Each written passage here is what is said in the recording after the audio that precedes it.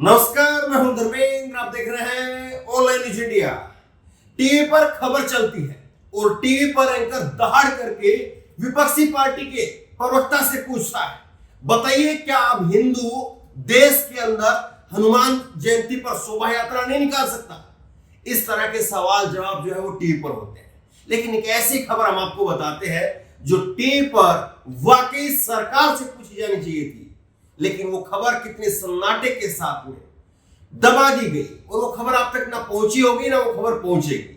खबर मैं आपको बता रहा हूं कि किस तरह से भारत का विदेशी मुद्रा भंडार उसमें इस बार झटका लगा है, लेकिन ऐसी खबर टीवी पर नहीं चलती है। ये खबर मैं आपको बताऊंगा, जरा आंकड़े की खबर है। आप इत्मीनान से बैठिए और इत्मीनान से बैठ करके इस पूरी खबर को समझने की कोशिश कीजिए और किस तरह से ये आपकी हमारी जिंदगी के ऊपर असर डालता है। आसान भाषा में मैं आपको समझाऊंगा। देखिए, टाइम्स ऑफ इंडिया की खबर है और टाइम्स ऑफ इंडिया ने लिखा है ऐतिहासिक न्यूनतम के करीब विदेशी मुद्रा भंडार 600 बिलियन नीचे गिर गया। 600 बिलियन से नीचे गिर गया और ये ऐतिहासिक न्यूनतम के करीब है। इस बात को मैं नहीं कह रहा हूं, टाइम्स ऑफ इंडिया वो इस बात को कह रहा है। दूसरी खबर आप देख लीजिए, दूसरा यही खबर जो है वो छापी है अमर उजाला ने क्या लिखा है?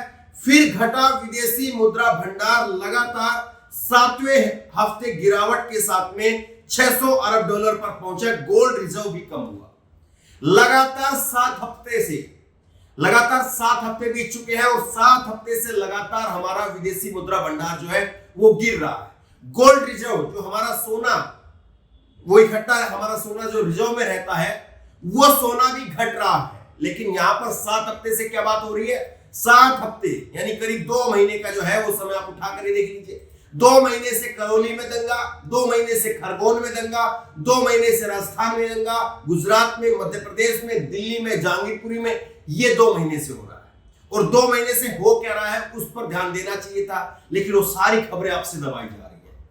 अब देखिए, इस खबर को मैं आगे तक आपको बताऊंगा और कैसे जो है खबर बड़ी महत्वपूर्ण है। ये विदेशी मुद्रा भंडार, आपको लग रहा होगा ये क्या अटपटी चीज है, मैं थोड़ा समझाता हूं।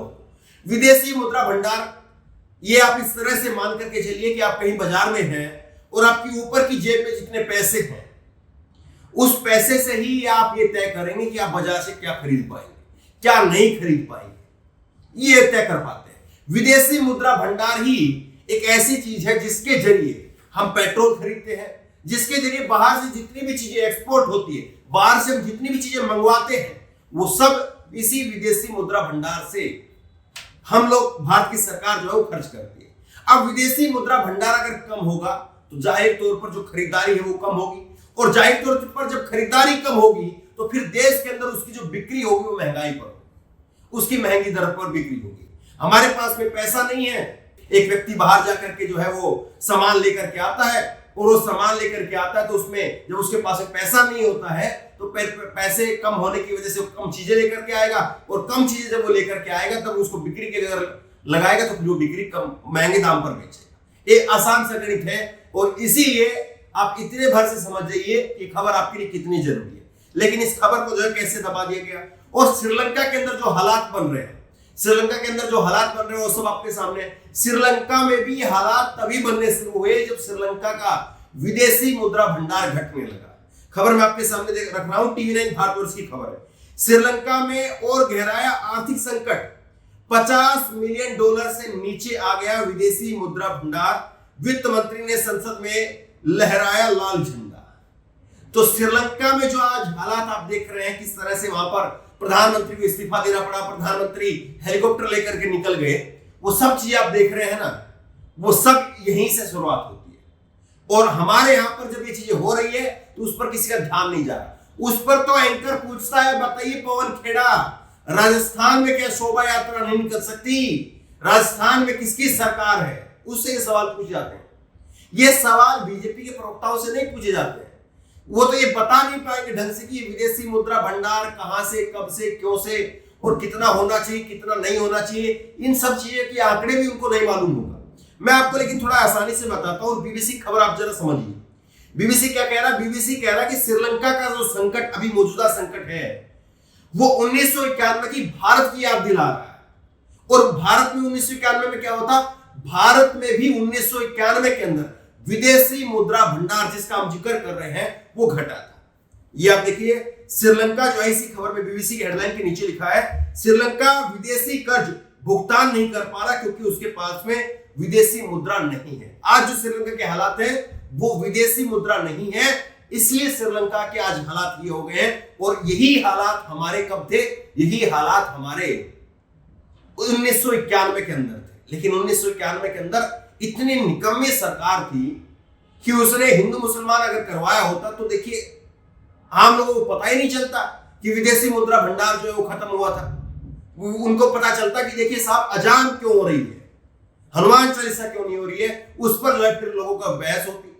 लेकिन देखिए उस वक्त में कितनी निकम्मी सरकार रही। अब देखिए मैं आपको बताता हूं, बीबीसी ने इसी खबर में, मैं ये खबर इसलिए विदेशी मुद्रा भंडार जो कम हुआ है उसका आपके ऊपर फर्क क्या पड़ेगा और उसको कितनी बड़ी खबर है ये समझाने की कोशिश कर रहा हूं। भारत से तुलना, अभी जो श्रीलंका में हालात है उसकी तुलना 1991 की स्थिति से हो रही है। तब 1991 के अंदर विदेशी मुद्रा भंडार लगभग भारत का खाली हो चुका था। लेकिन उस वक्त में मनमोहन सिंह जी, जिनके आज को सुन नहीं रहा, जिनके ऊपर चुटकुले बनाए बीजेपी ने, मनमोहन सिंह जी ने उस वक्त में देश को संभाला था। ये विदेशी मुद्रा भंडार हमारा खाली हो चुका था, $1 अरब से भी कम बचा था।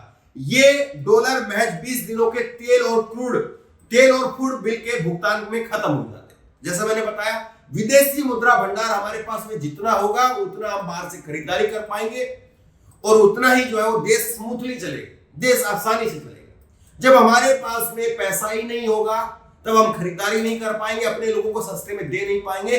और दूसरी बात ये भी है कि जब हमारे पास में पैसा नहीं होगा, और ये चीज ऐसी नहीं है कि हमारे पास में पैसा नहीं है, इस बात का पता जो है वो बाहर के मुल्कों पे नहीं।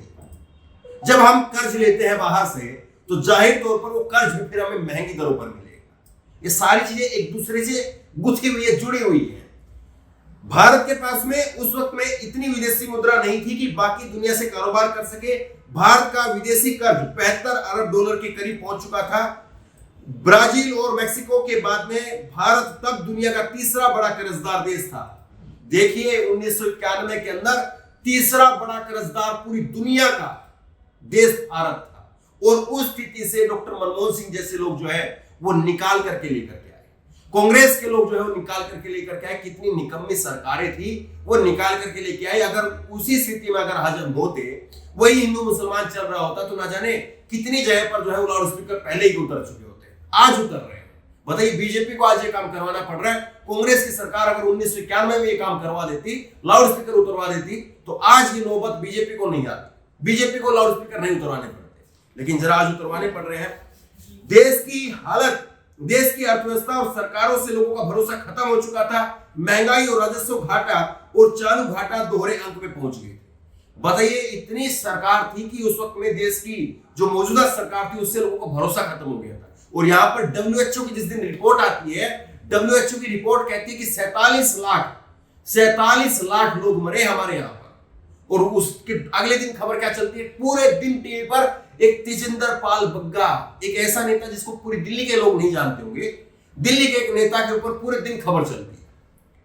तो कैसे जो है खबरों को मैनेज करना होता है, कैसे टीवी को मैनेज करना होता है, उस वक्त की सरकार ने अगर सीखा होता तो शायद हालत कुछ और होते। अब मैं आपको आगे बताता हूं कि किस तरह से अभी आप देखिए जो हाल में जो विदेशी मुद्रा भंडार जो खत्म हुआ है उसकी वजह से क्या क्या हो रहा है, मैं आपको दिखाता हूं। देखिए TV9 भारतवर्ष की खबर है, ग्लोबल सप्लाई चेन जो है वो आज मौजूदा वक्त के हम बात कर रहे हैं विदेशी मुद्रा भंडार के कम होने का। अभी तक तो मैंने समझाया कि कितनी जरूरी चीज है। आज इसकी वजह से ग्लोबल सप्लाई चेन जो है बुरी तरह से प्रभावित है। ग्लोबल सप्लाई चेन वही कि हम बाहर से चीजें मंगवाते हैं, अपने यहाँ पर जो है वो उनकी बिक्री करते हैं, वो सारी चेन जो है वो सर्कुलेशन जो बना होता है और बुरी तरह से प्रभावित हो गया है। ये विदेशी मुद्रा भंडार की वजह से हुआ है। यूक्रेन क्राइसिस की वजह से अब तक $34 मिलियन घटा है रिजर्व। यूक्रेन के अंदर और रूस के अंदर जो हालात बन रहे हैं, वहां पर युद्ध हो रहा है और यहां पर हम उस स्थिति के साथ में तुलना करके अपने आप को कैसे बचाएंगे। हर देश इस बारे में जो है वो रणनीति बना रहा है, लेकिन हमारे यहां पर रणनीति बन रही है बुलडोजर दिल्ली के अंदर कहां चलेगा, कल कहां कहां चलेगा, आज कहां कहां पर चला, बुलडोजर पर कौन कौन एंकर चढ़ेगा, हमारे यहाँ पर ये रणनीति बनती है। कल बुलडोजर देखने के लिए, दिखाने के लिए कौन सा एंकर निकल करके जाएगा, ये रणनीति बन रही है। अब आगे देखिए, इसमें ये देश के विदेशी मुद्रा भंडार 600 मिलियन डॉलर के जो है 600 बिलियन डॉलर के नीचे आ गया है और इसकी वजह से डॉलर के मुकाबले रुपए में गिरावट हुई। 77.40 जो है वो एक डॉलर के मुकाबले जो भारतीय रुपए की कीमत पहुंच चुकी है। तो सारी चीजें जो है वो ये बताने के लिए, समझाने के लिए काफी है कि देश में असल स्थिति क्या है, देश के जो मौजूदा हालात है वो क्या है। लेकिन आपको लाउड स्पीकर, बुलडोजर, अजान, चालीसा, ज्ञानव्यापी मस्जिद, ये वो इधर उधर वो क्यों भटकाया जा रहा है, क्यों लटकाया जा रहा है, उसको आप समझ सकते हैं। तो बहरहाल मैंने कोशिश की है, आंकड़े निकाले हैं, पुरानी कई सारी खबरें निकाली है, मेहनत की है। आप मेरी मेहनत को सफल बनाइए। अगर आपको लग रहा है कि खबर जरूरी है, लोगों तक पहुंचनी चाहिए, तो इस खबर को आगे तक पहुंचाइए, ज्यादा से ज्यादा शेयर कीजिए। इस खबर को लेकर, इस वीडियो को लेकर आपकी जो भी राय हो नीचे कमेंट बॉक्स में अपनी राय जरूर दें। और इसी तरह तमाम खबरों के लिए ऑनलाइन वीडियो सब्सक्राइब करें, साथ में जो बेल आइकन है घंटी उसको जरूर दबाएं, ताकि जैसे वीडियो अपलोड करें उसकी नोटिफिकेशन आपको तुरंत मिल सके। धन्यवाद। चैनल को सब्सक्राइब करें और घंटी जरूर दबाएं।